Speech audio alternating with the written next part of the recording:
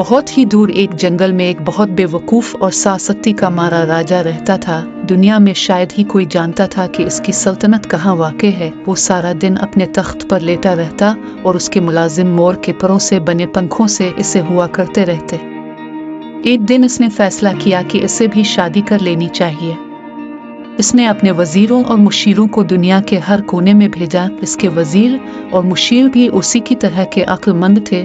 इसने वज़ीरों को कहकर भेजा था कि इसकी बीवी ऐसी हो जो ज़मीन पर भी चल सके और हवा में भी अलिफाड़ सके, जिसकी शक्ल इंसानों जैसी हो लेकिन वो इंसान ना लगती हो, इसके 4 बाजू और 4 टांगे हों। बेचारे वज़ीर और मुशीर सख्त परेशानी के आलम में दुनिया भर में मारे मारे फिर रहे थे।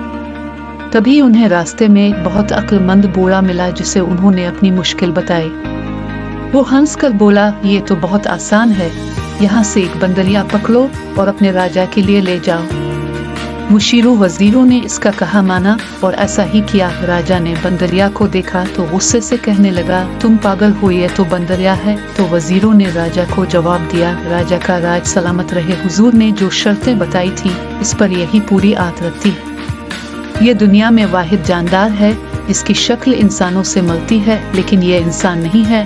ये दरख्तों पर एक दरख्त से दूसरे दरख्त तक अलिफाड़ कर जा सकती है और ज़मीन पर भी आसानी से चल सकती है। ये टांगों से बाजुओं का काम लेती है और बाजुओं से टांगों का, इसलिए इसकी 4 टांगे भी हैं और 4 बाजू भी।